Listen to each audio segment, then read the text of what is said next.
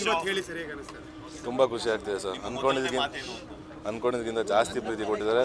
ಇದನ್ನು ನಾನು ವಿಭಿನ್ನ ಜಾನ ಟ್ರೈ ಮಾಡಿದ್ರಿಂದ ಯಾವ ಥರ ಅಕ್ಸೆಪ್ಟ್ ಮಾಡ್ತಾರೆ ಅನ್ನೋದು ಹಿಂದಿತ್ತು. ಬಟ್ ಇಲ್ಲ, ಜನ ಎಂಜಾಯ್ ಮಾಡ್ತಾರೆ. ರೀತಿ ಪ್ರತಿಯೊಂದು ಅವ್ರು ಮಾತಾಡೋದು ನೋಡ್ತಾರೆ, ತುಂಬ ಖುಷಿ ಆಗುತ್ತೆ ಸರ್. ಎಕ್ಸ್ಪೆಕ್ಟ್ ಮಾಡಿರಲಿಲ್ಲ ಸರ್. 4 ಸಿನಿಮಾ ಆದಮೇಲೆ 5ನೇ ಸಿನಿಮಾ ನಾನು ನೋಡಿರಲಿಲ್ಲ ಧನ್ವೀರ್ನ ಈ ರೀತಿ ಅಂತ ಒಬ್ಬರು ಲೇಡಿ ಹೇಳ್ತಾ ಇದ್ರು. ಏನು ಹೇಳ್ತೀರಾ ಸರ್? ಖುಷಿ ಆಗುತ್ತೆ ಸರ್. ಅದೇ ಬೇಕಾಗಿಲ್ಲ ಸರ್. ಒಬ್ಬ ಕಲಾವಿದನ ಕಾಂಪ್ಲಿಮೆಂಟ್ ಆಗಲ್ಲ ಸರ್. ನನಗಂತೂ ಮನಸ್ಪೂರ್ವಕ ಗೆದ್ದಿದ್ದೀವಿ ಅನ್ನೋದು ನಂಬಿಕೆ ಸರ್. ಈ ಸಿನಿಮಾದಲ್ಲಿ ಪೊಲೀಸ್ ಕ್ಯಾರೆಕ್ಟರ್ ಮಾಡಿದ್ದೀರಾ. ಎಲ್ಲರೂ ಕೂಡ ಹೇಳುತ್ತೆ ಧನ್ವೀರ್ ಅವರನ್ನು ಈ ಪೊಲೀಸ್ ಕ್ಯಾರೆಕ್ಟರ್ ನೋಡಿದಾಗ ದರ್ಶನ್ ಅವರನ್ನು ನೋಡಿದ ರೀತಿಯ ಫೀಲ್ ಆಗ್ತಾ ಇದೆ ನಮ್ಗೆ. ಅವ್ರನ್ನ ಯಾರು ಹೊತ್ತು ಮಾಡೋಕ್ಕಲ್ಲ ಮೇಡಮ್. ಅವರೇ ನಾವೇ ನಮ್ಮ ಪಾತ್ರಕ್ಕೆ ನಾನು ಇದಕ್ಕೇನು ಒದಗಿಸ್ಬೇಕು ನ್ಯಾಯ ಅದನ್ನು ಒದಗಿಸ್ತೀನಿ ಸರ್. ಒಬ್ಬ ಹೀರೋ ಆಗಿ ಈಗ ಕತೆ ಬಗ್ಗೆ ಮಾತಾಡ್ತಾ ಹೋದಾಗ ಹೀರೋಗೆ ಎಷ್ಟು ಇಂಪಾರ್ಟೆನ್ಸ್ ಇತ್ತು, ಕತೆಗೆ ಅದ್ರ 4 ಪಟ್ಟು ಇಂಪಾರ್ಟೆನ್ಸ್ ಕೊಡ್ತಾ ಇದ್ದಾರೆ ಇವಾಗ. ಹೌದು.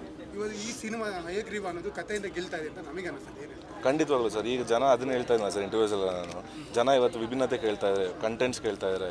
ಯೂಶಲಿ ಈಗ ಎಲ್ಲ ವರ್ಲ್ಡ್ ಸಿನಿಮಾಸ್ ಕೈಯಲ್ಲಿ ಇರೋದ್ರಿಂದ ಅವ್ರು ಹೊಸ್ತನ ಕೇಳ್ತಾರೆ. ಸೊ ಅದು ಕಂಟೆಂಟ್ಗೆ ನಾವು ಎಷ್ಟು ಪ್ರಾಮುಖ್ಯತೆ ಕೊಡ್ತೀವೋ ಅವಾಗ ಜನ ಇಷ್ಟಪಟ್ಟೇ ಬರ್ತಾರೆ, ಜನ ಥಿಯೇಟರ್ಗೆ ಬಂದೇ ಬರ್ತಾರೆ.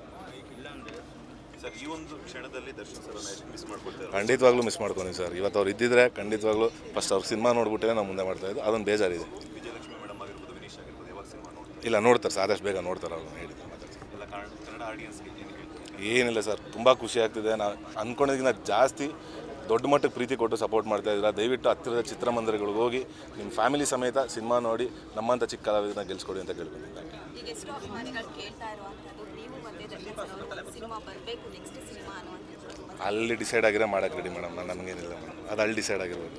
ಏನಾದರೂ ಈ ಹಿಂದೆ ಏನಾದ್ರು ಮಾತಾಡ್ತಾರೆ? ಯಾವತ್ತೂ ಇಲ್ಲ, ಎಂಥದಿಲ್ಲ. ಓಕೆ. ಈ ಹಿಂದೆ ಒಂದು ಪ್ರೆಸ್ ಮೀಟಲ್ಲಿ ನಿರ್ಮಾಪಕರು ಹೇಳ್ತಾ ಇದ್ರು ನಮ್ಮ ಸಿನಿಮಾಗಾಗಿ ಒಂದಷ್ಟು ಜನ ಕಾಯ್ತಾ ಇದ್ದಾರೆ, ನೆಗೆಟಿವ್ ಕಮೆಂಟ್ಸ್ ಹಾಕೋಕ್ಕೋಸ್ಕರ ಒಂದು ವಾಟ್ಸಪ್ ಗ್ರೂಪ್ನ ಮಾಡಿದ್ದಾರೆ ಅನ್ನೋದು. ಏನು ಹೇಳ್ತೀರಾ ಅದಕ್ಕೆ? ಆ ರೀತಿ ನಡೀತಾ ಇದೆ, ಸಿನಿಮಾ ಕೂಡ ರಿಲೀಸ್ ಆಗಿದೆ.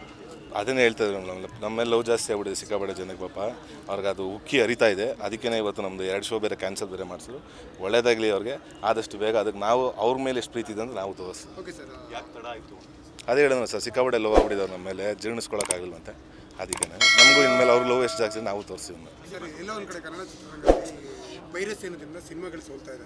ಈ ಸಿನಿಮಾಕ್ಕೆ ಯಾವ ಥರ ಆ್ಯಕ್ಷನ್ ತಗೋತಾ ಇದ್ದಾರೆ ಪೈರಸಿ? ಖಂಡಿತವಾಗ್ಲು ಸರ್. ಪ್ರೊಡಕ್ಷನ್ ಹೌಸಿಂದ ಯಾವ್ದಾವ್ದು ರೀತಿ ಕ್ರಮ ತೊಗೊಬೇಕು ಅದನ್ನು ನೀಟಾಗಿ ಆ್ಯಂಟಿ ಪೈರಸಿ ಟೀಮ್ ಪ್ರತಿಯೊಂದನ್ನು ಆಲ್ರೆಡಿ ಅಲ್ಲಿ ಇದು ಸ್ಟಾರ್ಟ್ ಮಾಡಿದ್ದಾರಂತೆ ಪೈರಸಿ ಮಾಡೋಕ್ಕೆ. ಸೊ ಅದಕ್ಕೆ ಆದಂಥ ಒಂದು ವ್ಯವಸ್ಥೆ ನೀಟಾಗಿ ಪ್ಲ್ಯಾನ್ ಮಾಡಿದ್ದಾರೆ ಸರ್. ಧನ್ವೀರ್ ಅವರ 4 ಸಿನಿಮಾಗಳು ಬಂದರೂ ಕೂಡ ಈ ಸಿನಿಮಾ ಒಂದು ಸೂಪರ್ ಹಿಟ್ ಕೊಡುತ್ತೆ ಅನ್ನುವಂಥ ಮಾತು ಎಷ್ಟು ಜನ ಬಂದಿರೋದಕ್ಕೆ ಖಂಡಿತ ಅದೇ ಖುಷಿ ಆಗ್ತಿರೋದು ಮೇಡಮ್. ಇಷ್ಟೆಲ್ಲ ಅಡೆತಡೆಗಳು ಇದ್ರ ಮಧ್ಯೆನೂ ಜನ ಈ ಮಾತು ಹೇಳ್ತಾರೆ, ಅದೇ ಖುಷಿ ಆಗ್ತಿರೋದು. ಅವ್ರು ಯಾವತ್ತೂ ಚೇರಣೆ ಇಲ್ಲ. ಲೇಟೆಸ್ಟ್ ಹಾಗೂ ಇಂಟ್ರೆಸ್ಟಿಂಗ್ ಸುದ್ದಿಗಳಿಗಾಗಿ ಬಾಸ್ ಟಿವಿ ಕನ್ನಡ ಚಾನೆಲ್ನ ಸಬ್ಸ್ಕ್ರೈಬ್ ಮಾಡಿ. ಹಾಗೆಯೇ ಬೆಲ್ ಐಕಾನ್ ಪ್ರೆಸ್ ಮಾಡಿ. ಇದರ ಜೊತೆಗೆ ಫೇಸ್ಬುಕ್, ಇನ್ಸ್ಟಾಗ್ರಾಮ್, ಎಕ್ಸ್ನಲ್ಲೂ ಮಿಸ್ ಮಾಡದೆ ಫಾಲೋ ಮಾಡಿ.